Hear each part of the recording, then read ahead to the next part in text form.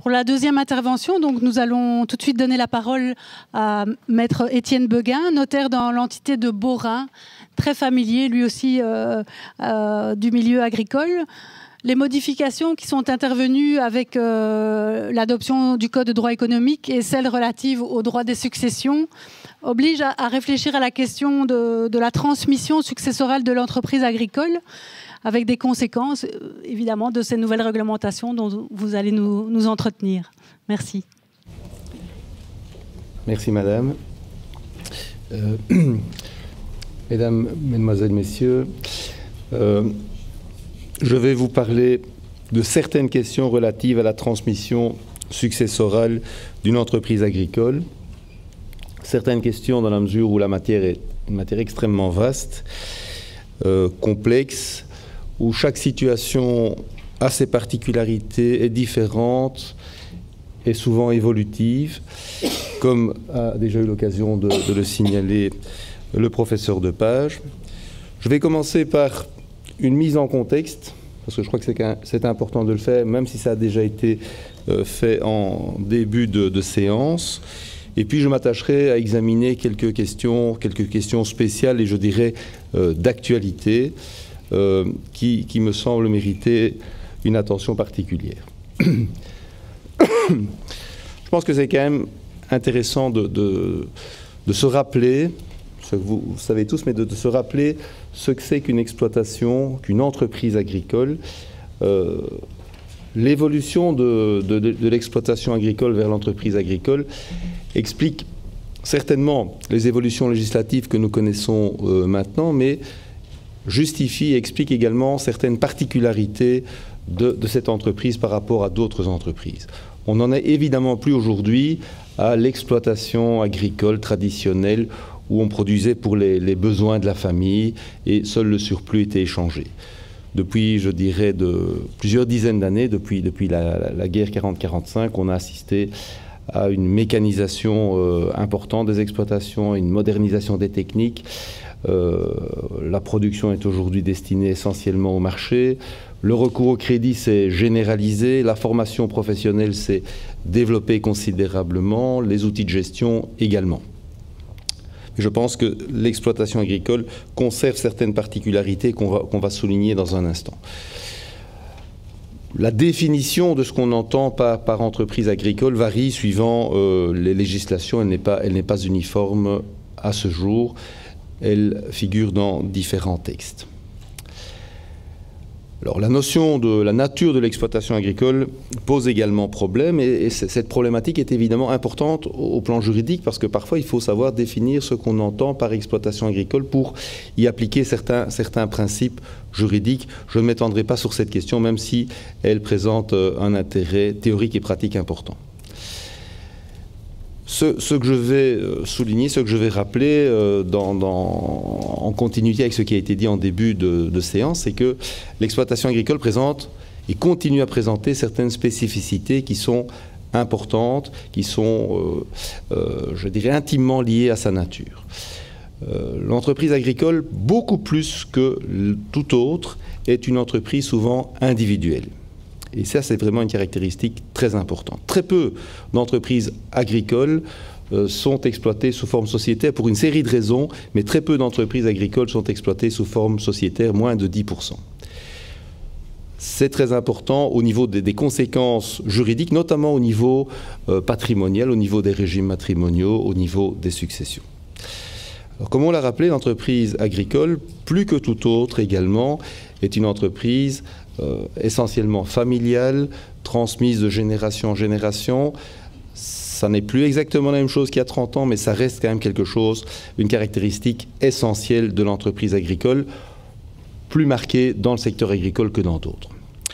Alors, une autre particularité, c'est évidemment que l'entreprise agricole est intimement liée à la jouissance des terres. Que cette jouissance se fasse sur base d'un faire-valoir direct ou sur base d'un bail à ferme, le facteur foncier est un élément important, même si nous avons quelques fermes urbaines, ça reste quand même marginal par rapport à l'ensemble des exploitations agricoles. C'est un facteur de production essentiel qui va avoir des conséquences importantes en termes de capitalisation des exploitations agricoles.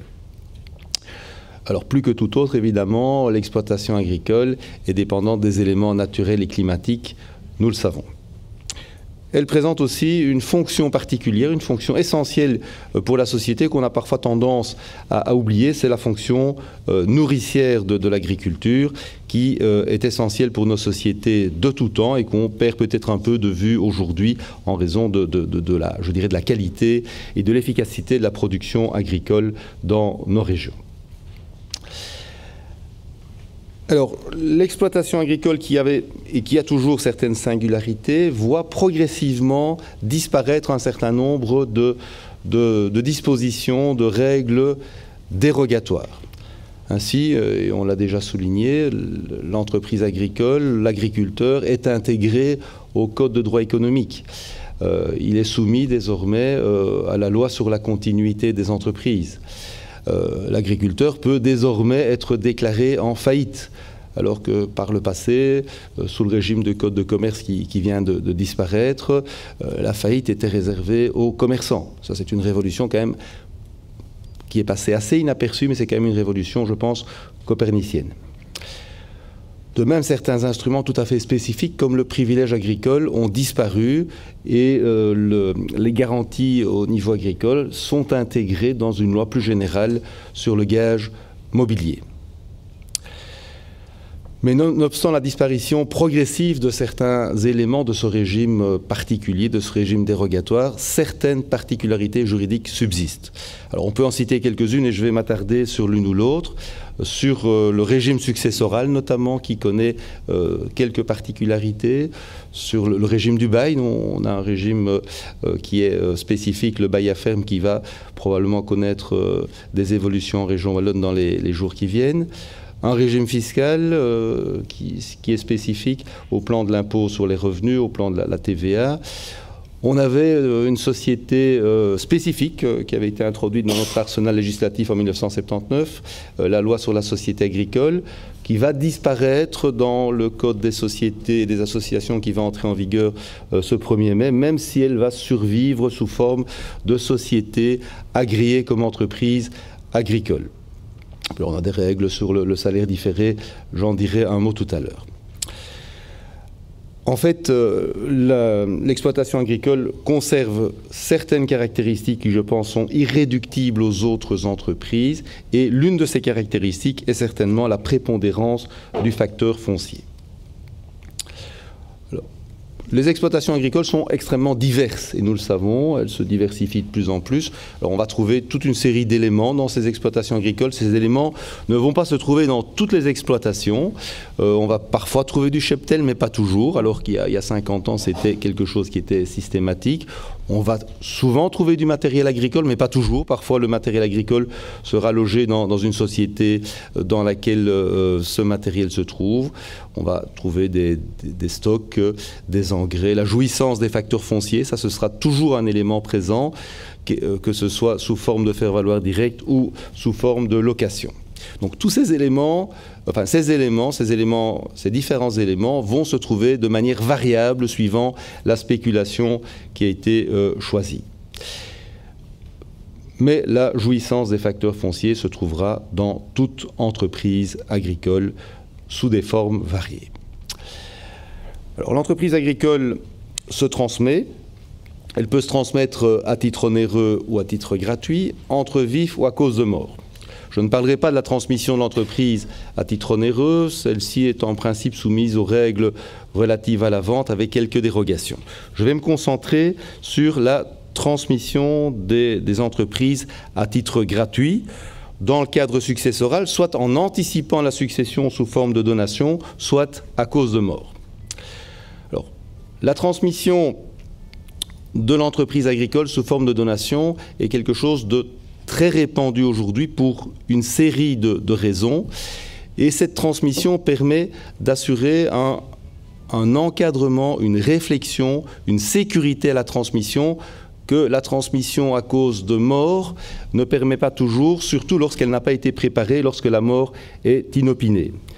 Ainsi, ces transmissions sous forme de donation peuvent être accompagnées de clauses qui vont assurer la protection du donateur, le maintien d'un certain contrôle pour celui-ci et entourer la transmission d'autres garanties. Alors, il est possible également, dans le cadre des donations, grâce aux nouveaux outils que nous offre la législation successorale, de conclure des pactes successoraux, et je vais en dire quelques mots. Quelques mots concernant la réforme du droit successoral qui va avoir un impact fort important pour tout le monde, mais notamment pour les entreprises agricoles. Un certain nombre de principes nouveaux ont été adoptés donc en matière successorale. Alors, parmi ces principes, il y a notamment des modifications importantes en matière de rapport et de réduction. Et une modification importante concerne la réserve. Vous le savez, la réserve des ascendants a disparu et la réserve des descendants a connu une modification extrêmement importante, puisque désormais, la réserve des descendants, quel que soit le nombre des descendants, est limitée à la moitié de la succession. Par le passé, vous le savez, celle-ci variait en fonction du nombre de descendants. Aujourd'hui, la réserve est dans tous les cas de figure de la moitié de la succession et par conséquent, la quotité disponible est dans tous les cas de figure également égale à la moitié de la succession lorsqu'il y a des descendants. Alors, des modifications importantes sont intervenues également en matière de rapport et de réduction qui vont avoir une influence sur la transmission successorale des entreprises, et elles concernent notamment la valorisation des éléments qui ont fait l'objet d'une donation. Alors, par le passé, on distinguait les éléments mobiliers et immobiliers qui étaient valorisés à des dates différentes. Aujourd'hui, la valorisation se fait en principe que la donation porte sur un bien meuble ou immeuble au jour de la donation. Donc si je donne un bien à un descendant aujourd'hui, ce bien va être valorisé au jour de la donation. Et cette valeur sera indexée sur base de l'indice des prix à la consommation jusqu'au jour de mon décès. Ce qui a pour conséquence que le donateur qui aura donné à ses descendants des biens à différentes époques verra ces biens indexés de manière différente.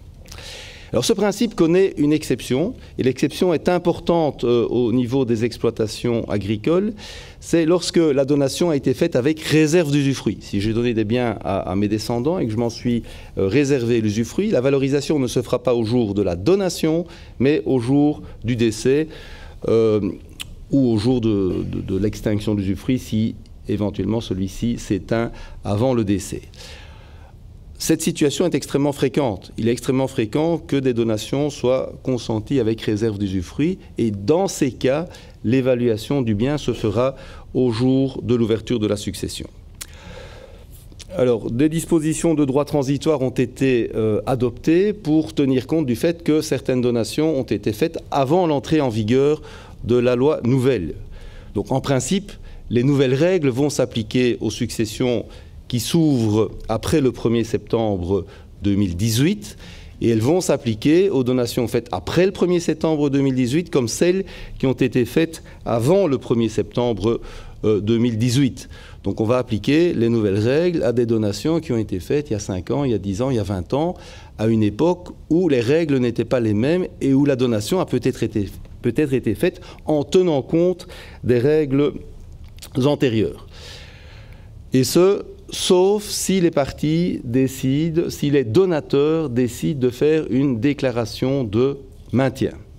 Donc les donateurs ont la possibilité de faire une déclaration de maintien en ce qui concerne notamment la valorisation des biens pour préciser que ce sont les règles anciennes qui continueront à s'appliquer.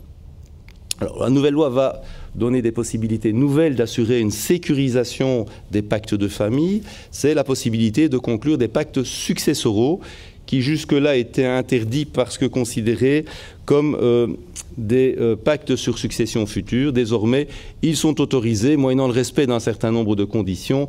Évidemment, le but de ces pactes successoraux, c'est d'assurer la sécurité des arrangements de famille, d'assurer la paix des familles. Alors c'est pactes successoraux peuvent être soit globaux, soit ponctuels. Il y a une grande diversité quant aux pactes qui peuvent être conclus.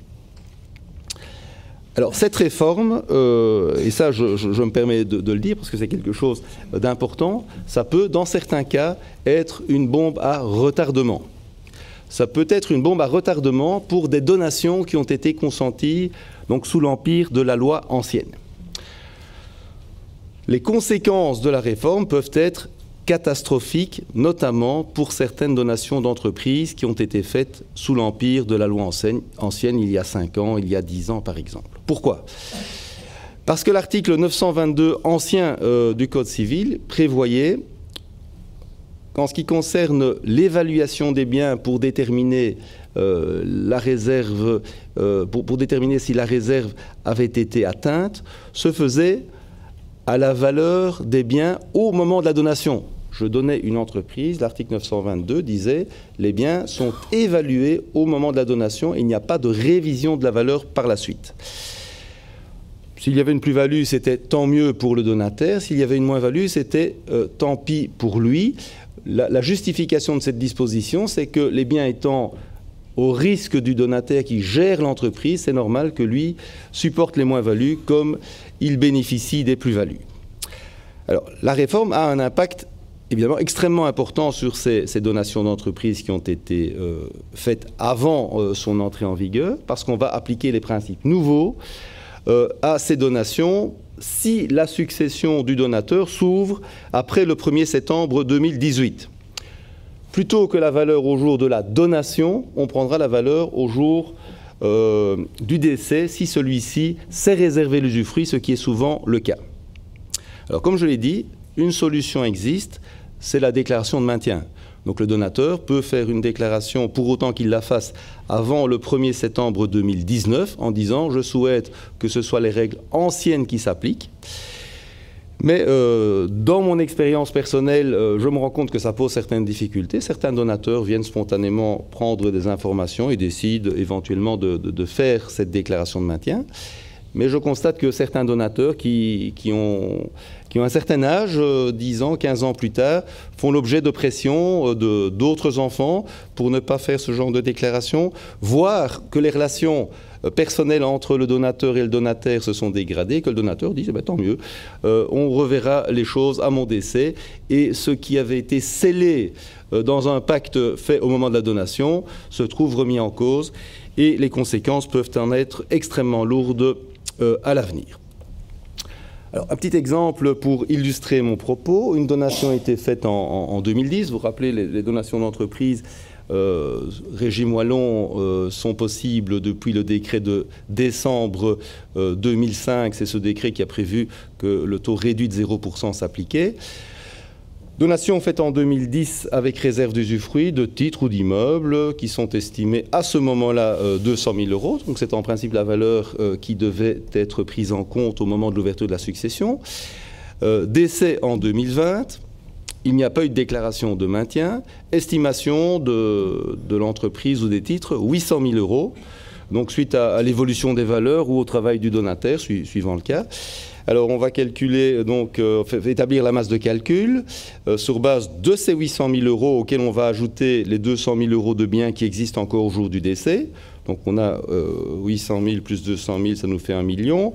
Il y a 2 enfants. La réserve dans ce cas-là est de la moitié, c'est-à-dire 500 000 € au total, soit la réserve individuelle de chacun des enfants de 250 000 €. Eh bien celui qui a reçu l'entreprise devra encore verser 50 000 € à son frère ou à sa sœur et n'aura rien dans les biens qui subsistent au moment de l'ouverture de la succession.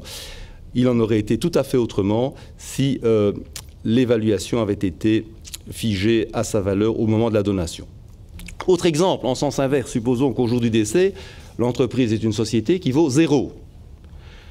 Les biens existants sont de 200, eh bien, il y aura en principe encore droit pour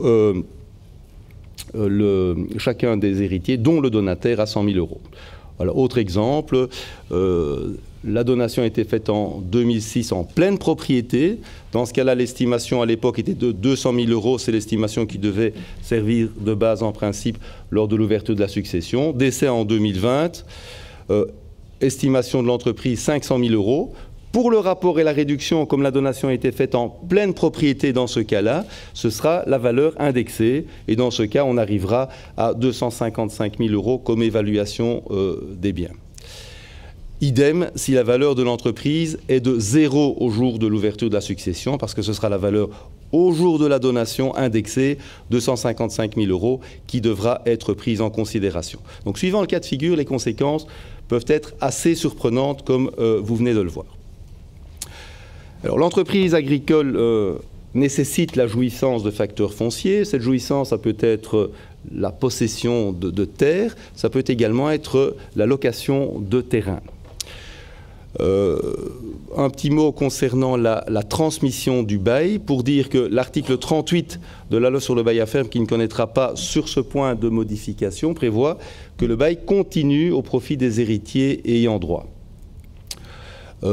Moyennant la notification d'une cession privilégiée, le bail peut se renouveler au profit des descendants et des personnes y assimilées, sauf opposition du bailleur pour les motifs prévus par la loi. Sur ce point-là, on aura probablement du nouveau dans la mesure où la cession privilégiée requerra que la personne au profit de laquelle la cession est faite, le cessionnaire, remplisse des conditions de qualification, ce qui n'est pas le cas aujourd'hui.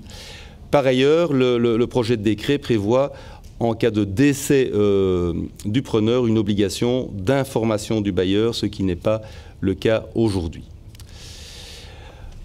Alors, quelques mots concernant une loi du 29 août 1988 sur le régime successoral des exploitations agricoles en vue d'en promouvoir la continuité. Donc, le but de cette législation, c'est d'assurer la continuité des exploitations agricoles. Et cette loi de 1988 qui finalement a été assez méconnue pendant les premières années, pendant les 10 ou 15 premières années qui ont suivi son entrée en vigueur, est de plus en plus souvent invoquée aujourd'hui.